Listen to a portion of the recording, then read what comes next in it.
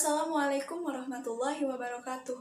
Nama saya Syifa Ramadanti dari kelas 11 MIPA 6. Jadi di sini saya akan mempresentasikan mengenai laju reaksi kesetimbangan pada kimia.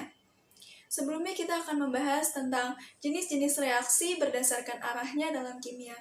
Berdasarkan arahnya, reaksi dibedakan menjadi dua, yakni reversible dan irreversible. Reversible atau reaksi bolak-balik atau juga bisa disebut dengan reaksi dua arah merupakan suatu reaksi yang ketika reaktan bereaksi menjadi produk dan produk dapat kembali bereaksi menjadi reaktan. Dan kemudian reaksi irreversible merupakan reaksi satu arah atau reaksi tidak balik, di mana ketika reaktan bereaksi dan dapat membentuk produk dan kemudian produk tidak dapat kembali membentuk reaktan. Selanjutnya kita akan membahas tentang tetapan kesetimbangan berdasarkan konsentrasi atau KC.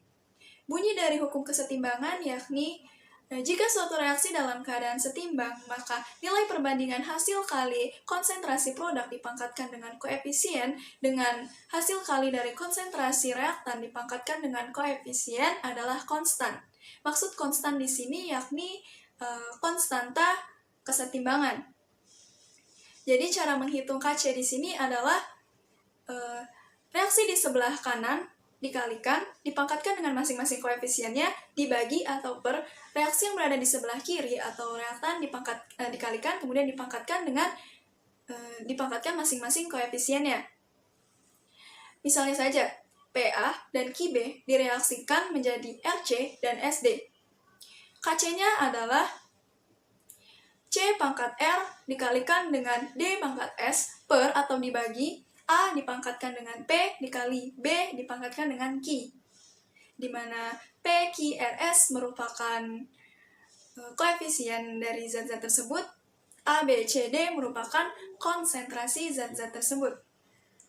Ingat bahwa fase yang bisa masuk dalam rumus KC adalah fase gas dan larutan. Selanjutnya kita akan membahas tentang reaksi kesetimbangan. Reaksi kesetimbangan atau reversible atau reaksi bolak-balik atau reaksi dua arah merupakan suatu reaksi di mana zat-zat yang berada di sebelah kanan atau produk dapat kembali bereaksi menjadi reaktan atau zat-zat yang berada di sebelah kiri.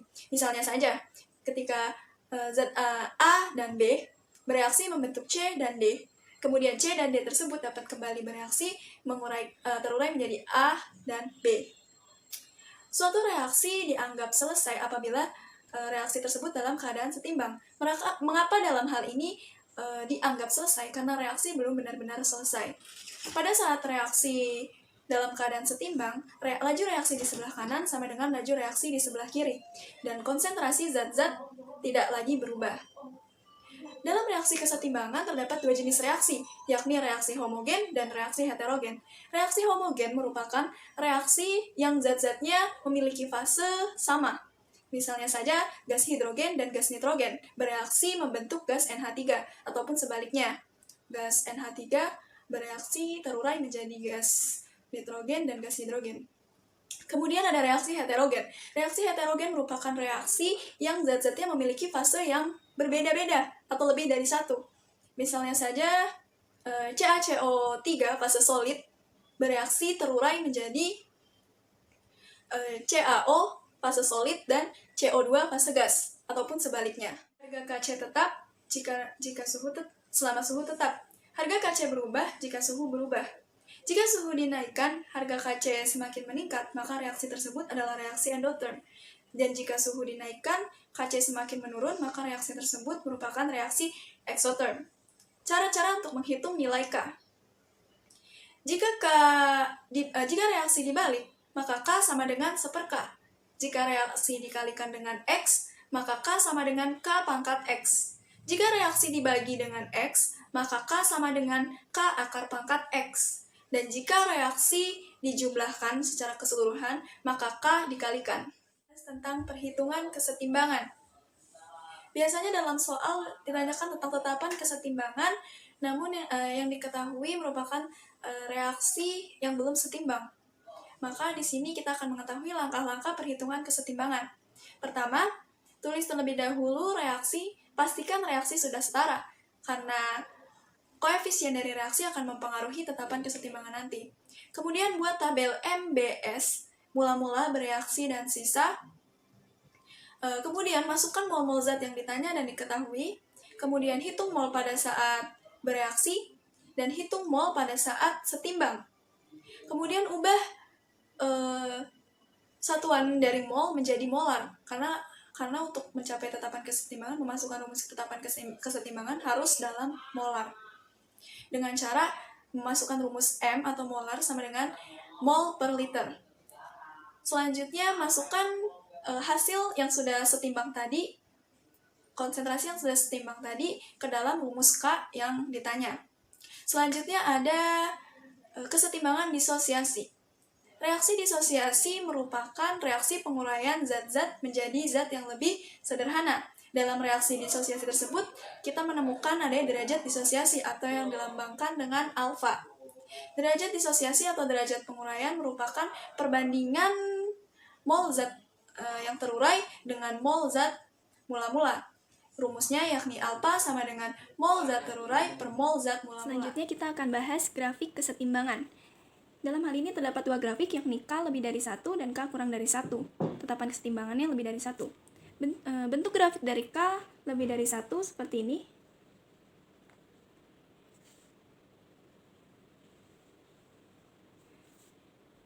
Dimana ini merupakan produk dan ini reaktan. Dalam hal ini produk lebih besar daripada reaktan dikarenakan produk yang berperan sebagai pembilang harus lebih besar daripada penyebutnya jika K ingin lebih dari 1. Di sini kita temukan titik setimbang ya. Titik setimbangnya karena titik ini telah mencapai K, maksud saya konsentrasi di sini tidak lagi berubah dan laju reaksi ke kanan dan laju reaksi ke kiri sudah sama. Hasil yang terbentuk lebih banyak dari reaksi yang sisa. Selanjutnya kita ke grafik K kurang dari 1. Bentuk grafiknya seperti ini. Ini merupakan produk. Ini reaktan. Dalam hal ini produk berada di bawah reaktan. Karena untuk mencapai K yang kurang dari 1, maka pembilang harus lebih kecil daripada penyebutnya, reaktan. Dalam hal ini, titik kesetimbangannya berada di sini. Titik kesetimbangan, titik setimbang, di mana laju reaksi ke kanan dan laju reaksi ke kiri sudah sama dan konsentrasi tidak lagi berubah. Hasil yang terbentuk lebih sedikit dari reaksi yang sisa. Kita akan membahas tentang tetapan kesetimbangan berdasarkan tekanan atau Kp. Untuk sistem kesetimbangan homogen pada fase gas, konstanta kesetimbangan dapat kita hitung dengan menggunakan tekanan parsial atau yang disimbolkan dengan P. Tekanan parsial merupakan tekanan suatu gas dalam ruang bervolume tertentu dan pada suhu tertentu. Cara menghitung Kp hampir sama dengan cara menghitung Kc. Namun perbedaannya hanya kita cukup menambahkan P atau tekanan parsial tadi di setiap konsentrasi zat. Misalnya saja, Ma dan Nb kita reaksikan menjadi Qc dan Rd. Maka Kp atau rumus Kp yang dapat kita bentuk yakni Pc kita pangkat Q kali Pd pangkat R per Pa pangkat M kali Pb pangkat N, di mana A, B, C, dan D merupakan konsentrasi zat dan Mn, Qr merupakan koefisien dari zat. P merupakan tekanan parsial. Ingat, rumus tekanan parsial bisa kita rumuskan dengan P sama dengan mol gas tersebut per mol seluruh gas kita terus dikalikan dengan P besar atau tekanan total. Ingat bahwasannya yang bisa dimasukkan ke dalam rumus Kp hanya reaksi-reaksi dengan fase gas. Hubungan Kc dengan Kp. Dengan diketahuinya volume suatu zat, suhu, serta mol gas zat pada saat setimbang, maka dapat kita tarik rumus yakni PV sama dengan N kali R kali T.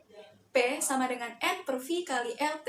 Karena N per V merupakan molar atau molaritas, maka dapat kita tarik lagi P sama dengan M kali R kali T, di mana M merupakan polaritas satuannya molar, R merupakan konstanta gas ideal, besarannya 0,082 liter atmosfer per mol K, dan T merupakan suhu yang satuannya Kelvin. Jika satuannya derajat Celcius, maka harus dirubah ke Kelvin.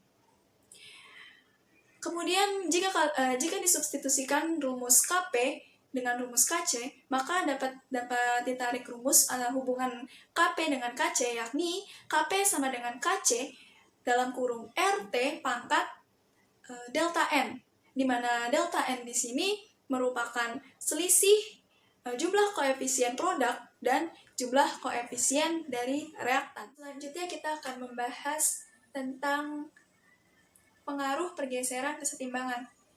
Pergeseran kesetimbangan berdasarkan pada asas Lekatelian, yakni jika terhadap suatu kesetimbangan dilakukan suatu aksi atau tindakan, maka reaksi akan bergeser untuk menghilangkan pengaruh dari aksi tersebut. Berikut ini beberapa pengaruh dari pergeseran kesetimbangan. Yang pertama ada konsentrasi. Jika konsentrasi suatu zat ditambah, maka reaksi akan bergeser dari arah zat tersebut. Jika konsentrasi dikurang, maka reaksi akan bergeser ke arah zat tersebut. Selanjutnya ada temperatur atau suhu. Jika suhu dinaikkan, maka reaksi akan bergeser ke arah endotherm. Dan jika suhu diturunkan, maka reaksi akan bergeser ke arah exotherm. Selanjutnya ada volume dan juga tekanan dan juga volume yang keduanya saling mempengaruhi. Jika tekanan diperbesar, maka volume diperkecil, maka reaksi akan bergeser ke mol gas yang kecil. Selanjutnya, jika tekanan diperkecil, maka volume diperbesar, maka tekanan akan bergeser ke arah mol gas yang besar.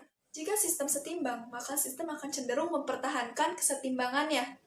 Jika ada pengaruh dari luar, maka sistem akan sedemikian rupa berubah untuk kembali ke dalam bentuk setimbang. Selanjutnya kita akan membahas tentang pengaruh-pengaruh dari pergeseran kesetimbangan. Yang pertama ada perubahan konsentrasi. Kita ingat bahwa jika konsentrasi suatu zat ditambah, maka reaksi akan bergeser dari arah zat tersebut. Misalnya saja, SO3 ini konsentrasinya kita tambah, maka reaksi akan bergeser dari arah SO3 ini, yakni bergeser ke kiri. Nah, misalnya saja SO2 dan O2 ini yang ditambah, maka reaksi akan bergeser dari arah SO2 dan O2, yakni reaksi akan bergeser ke kanan. Nah, sebaliknya, jika reaksi dikurang, maka jika konsentrasi dikurang, maka reaksi akan bergeser ke arah zat tersebut. Misalnya saja, SO2 kita kurangi konsentrasinya, maka reaksi akan bergeser ke arah SO3 itu sendiri. Nah, jika SO2 dan O2 yang konsentrasinya kita kurangi, maka reaksi akan bergeser ke arah SO2 dan O2 itu sendiri. Sekarang perubahan temperatur.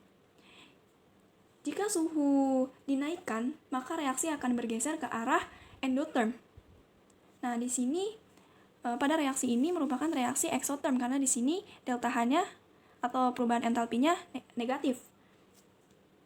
Berarti jika suhu dinaikkan, maka reaksi akan bergeser ke arah endotherm. Karena di sebelah sini adalah exotherm, maka reaksi akan bergeser ke arah sebaliknya. Jadi jika suhu dinaikkan, maka reaksi akan bergeser ke sebelah kiri. Dan sebaliknya, jika suhu diturunkan, maka reaksi akan bergeser ke arah exotherm. Nah, jika suhu diturunkan, maka reaksi akan bergeser ke sini, ke kanan, ya, ke arah exotherm. Selanjutnya ada perubahan tekanan atau volume. Nah, di sini jika tekanan diperbesar, maka volume diperkecil dan reaksi akan bergeser ke arah mol gas yang lebih kecil. Nah, dalam hal ini kita menghitung mol gas dengan menghitung jumlah koefisien dari zat-zat di sebelah kanan dan di sebelah kiri. Jika volume diperkecil, maka reaksi akan bergeser ke arah mol gas yang lebih kecil. Nah, kita tinggal jumlahkan saja koefisiennya. Koefisien di sebelah kiri di sini jumlahnya 2 ditambah 1 berarti 3. Koefisien di sebelah kanan 2. Jadi jika volume diperkecil, maka reaksi akan bergeser ke arah kanan, karena mol gasnya lebih kecil. Nah, jika volume diperbesar, maka tekanan diperkecil, maka reaksi akan bergeser ke arah kiri.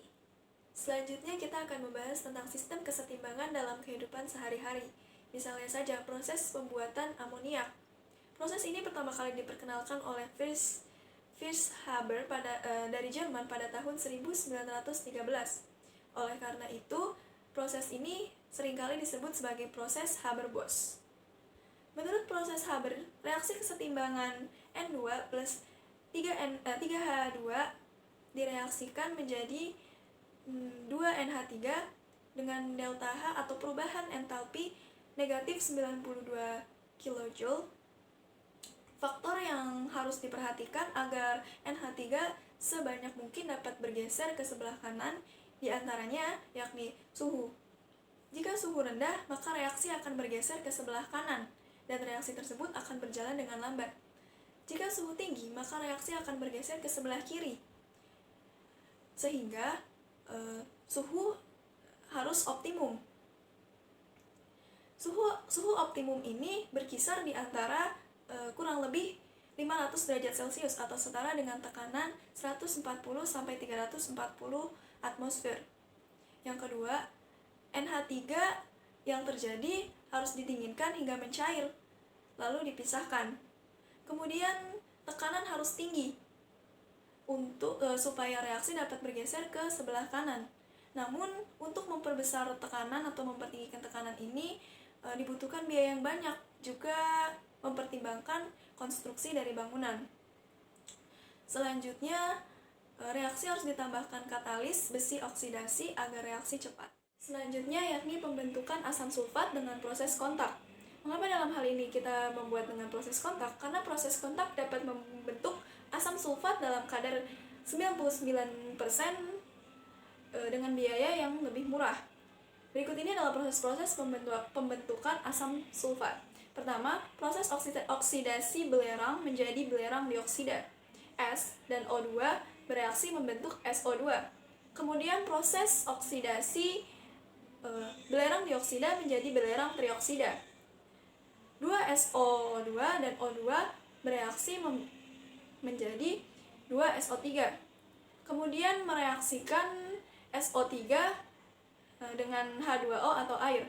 Sebelum SO3 direaksikan dengan air, SO3 harus direaksikan terlebih dahulu dengan H2SO4. Berikut ini reaksi-reaksinya. SO3 dan H2SO4 bereaksi membentuk H2S2O7. Kemudian H2S2O7 ini bereaksi dengan H2O atau air membentuk 2H2SO4. Faktor yang mempengaruhi perbanyakan atau pertambahan SO3 yang terbentuk sama dengan pembentukan amoniak. Namun bedanya hanya di katalis yang digunakan yakni V2O5 dan suhu optimumnya 400 sampai 450 derajat dalam tekanan 1 atm atau atmosfer. Jadi sekarang kita akan membahas kembali atau mereview kembali tentang materi kesetimbangan kimia yang sebelumnya telah saya presentasikan secara lisan, tanpa tulisan. Yang pertama ada jenis reaksi dalam kimia. Jenis reaksi dalam kimia ada dua, yakni reaksi reversibel dan reaksi irreversibel. Yang kedua kita membahas tentang reaksi kesetimbangan atau reversibel. Jenis reaksi kesetimbangan ada reaksi homogen atau fase sama dan reaksi heterogen yang fasenya berbeda atau fase lebih dari satu. Yang ketiga kita membahas tentang tetapan kesetimbangan berdasarkan konsentrasi atau Kc. Rumusnya Pa dan Kb bereaksi membentuk Rc dan Sd. Kc di sini sama dengan C pangkat R dikalikan dengan D pangkat S per A pangkat P dikalikan dengan B pangkat Q. Kc hanya fase Aki dan G saja yang bisa masuk ke dalam rumus Kc. Kemudian yang keempat kita membandingkan harga K atau tetapan. Jika reaksi dibalik, maka nilai K sama dengan 1/K. Jika reaksi dikalikan X, maka K sama dengan K pangkat X. Dan jika reaksi dibagi dengan X, maka K sama dengan K akar pangkat X. Jika reaksi-reaksi dijumlahkan pada akhir, maka K dikalikan. Selanjutnya kita membahas tentang perhitungan kesetimbangan. Biasanya pada perhitungan kesetimbangan kita menggunakan tabel MBS atau mula-mula bereaksi dan setimbang atau sisa. Kemudian kita membahas tentang derajat disosiasi atau alfa, di mana rumus dari alfa sama dengan mol zat terurai per mol zat semula. Selanjutnya, kita membahas tentang tetapan kesetimbangan berdasarkan tekanan atau Kp. Dalam tetapan kesetimbangan berdasarkan tekanan ini kita mengenal adanya tekanan parsial, di mana rumus tekanan parsial ini adalah P sama dengan mol gas tersebut per mol seluruh gas dikalikan dengan P besar. Ini P total atau tekanan total. Dan bisa juga dengan rumus PV sama dengan N kali R kali T. P sama dengan N per V kali R kali T, di mana N per V sama dengan M atau molar, maka P sama dengan M kali R kali T. Kemudian kita masuk ke persamaan reaksi dari tetapan kesetimbangan berdasarkan tekanan atau Kp. Ma dan Nb bereaksi menjadi QC dan Rd. Kp-nya sama dengan PC pangkat Q dikalikan dengan PD pangkat R per PA pangkat M dan PB pangkat N. Hubungan Kp dengan Kc. Dari rumus Kp ini disubstitusikan sehingga diturunkan rumusnya sehingga mendapatkan Kp sama dengan Kc dalam kurung RT dipangkatkan dengan delta N. Kp hanya berlaku pada reaksi dengan fase gas saja. Lanjut, kita akan membahas soal diketahui tetapan kesetimbangan A plus 2BC menghasilkan AC2 plus 2B. Dan reaksi yang kedua, B plus AC2 bereaksi membentuk BC plus AC. Berturut-turut adalah 4 dan 0,5. Tentukan tetapan kesetimbangan untuk reaksi A plus AC menjadi 2AC. Jadi yang pertama-tama harus kita lakukan adalah cari patokan dari kedua rumus ini. Di sini yang ditanyakan untuk reaksi yang sebelah kiri yakni A plus AC2. Sementara di sini ada A plus 2BC, B plus AC2. Maka untuk mendapatkan A dan AC2, kita harus menghilangkan 2BC dan B. Nah, cara di sini hampir sama metodenya dengan perhitungan laju reaksi yang bab sebelumnya telah kita pelajari, namun cara perhitungannya berbeda. Nah, untuk menghilangkan B di sini, karena di sebelah sini ada 2B, maka reaksi yang kedua kita kalikan dengan 2. Ini reaksi pertama, reaksi yang kedua. Kita kalikan dengan 2. Reaksi pertama tetap ya. Jadi seperti ini. A plus 2BC menjadi AC2 plus 2B. Dan reaksi yang kedua menjadi 2B plus 2AC2, C2 menjadi 2BC plus 2AC.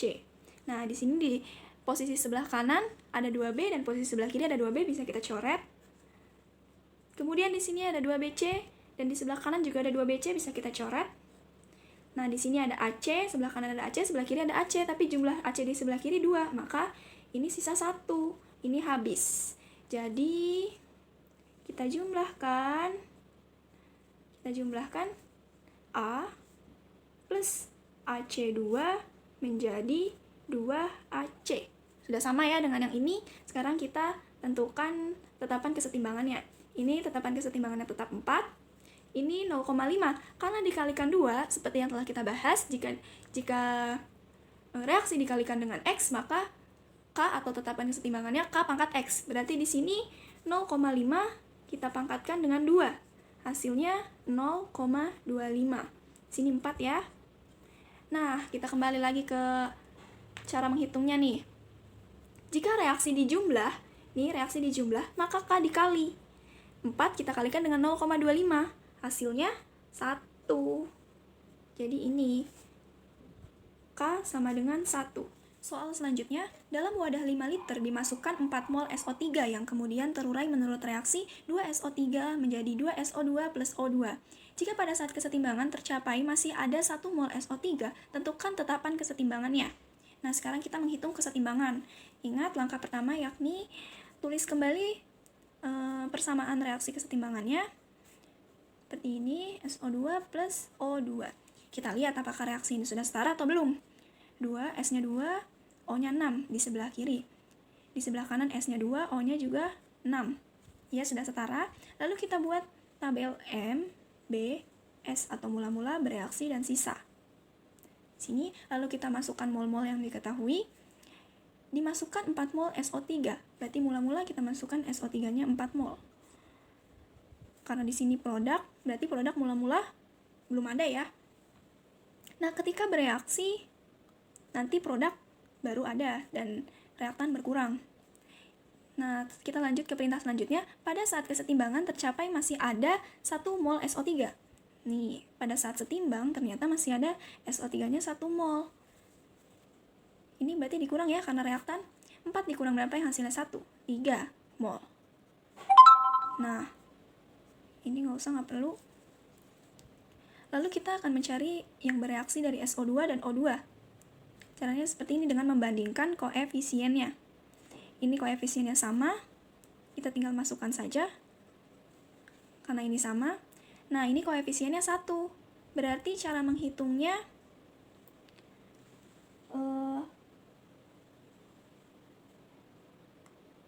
1 dikalikan dengan 3/2. Berarti 1,5 ya. 1,5 mol. Nah, di sini karena ini nggak ada, berarti turun ke sini langsung 3 mol. Di sini 1,5 mol. Ya, ini tercapai kesetimbangannya. Nah, ternyata satuannya masih mol nih. Kita harus ubah menjadi molar. Caranya M SO3 sama dengan molnya per volumenya 5 liter. 5. Berarti di sini M dari SO2 sama dengan 3/5. M dari O2 sama dengan 1,5 mol per 5 liter. Nah, hitung ya. 1/5 0,2 molar, 3/5 0,6 molar, dan 1,5/3 0,3 molar. Setelah seperti ini baru kita tentukan tetapan kesetimbangannya, di mana reaksi yang sebelah kanan kita pangkatkan masing-masing koefisiennya. Ini ya, berarti 0,6 kita pangkatkan dengan koefisien dari SO2-nya 2. Kita kalikan dengan 0,3 pangkat 1. 0,3 pangkat 1 nggak usah ditulis. Kita bagi.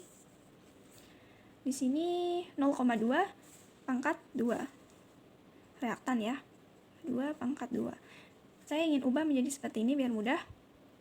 Pangkatkan 2. 3 kali 10 pangkat min 1 per 2 kali 10 pangkat min 1 pangkatin 2. 6 pangkat 2, 36. Ini 10 pangkat min 1, kita pangkatkan 2 jadi 10 pangkat min 2. 3-nya tetap, 10 pangkat min 1 per 2 pangkat 2, 4. 10 pangkat min 1 pangkatin 2, jadi 10 pangkat min 2. Ini habis ya, bisa dicoret. 36 dibagi 4 itu 9. 9 dikali 3, 27. Sisa 10 pangkat min 1. 10 pangkat min 1. Berarti tetapan kesetimbangannya yakni 27 kali 10 pangkat min 1, 2,7. Selanjutnya kita akan membahas soal lagi. Pembuatan NH3 menurut proses Haber sesuai dengan persamaan termokimia berikut. N2 plus 3H2 menjadi 2NH3. Delta H-nya atau perubahan entalpinya minus atau negatif 188 kJ. Agar reaksi bergeser ke arah NH3, perubahan keadaan yang benar adalah reaksi bergeser ke arah NH3. Kita tulis dulu reaksinya. 3H2 menjadi 2NH3. Reaksi bergeser ke arah NH3 berarti reaksi bergeser ke kanan. Seperti ini. Kita tulis delta H-nya lagi. Delta H sama dengan minus 188 kJ. Kita periksa pernyataannya satu persatu. Tekanan diperbesar. Jika tekanan diperbesar, ingat kembali, jika tekanan diperbesar maka volume diperkecil. Nah, jika volume diperkecil, maka reaksi akan bergeser ke arah mol gas yang lebih kecil. Nah, di sini mol gas yang lebih kecil sebelah mana? Nah, kita hitungnya dengan cara menghitung konsentrasi aja ya. Di sini jumlah konsentrasi di sebelah kiri ini 4, jumlah konsentrasi di sebelah kanan 2. Mana yang lebih kecil? Ternyata yang lebih kecil adalah kanan, maka reaksi bergeser ke sebelah kanan. Berarti pernyataan A benar ya. Nah, tapi kita akan memeriksa pernyataan-pernyataan yang lain. Pernyataan B, volume diperbesar. Nah, jika volume diperbesar, maka reaksi akan bergeser ke mol gas yang lebih besar. Nah, seperti yang tadi kita bahas, maka reaksi akan bergeser ke arah kiri. Kita tulis di sini ya, reaksi bergeser ke kiri.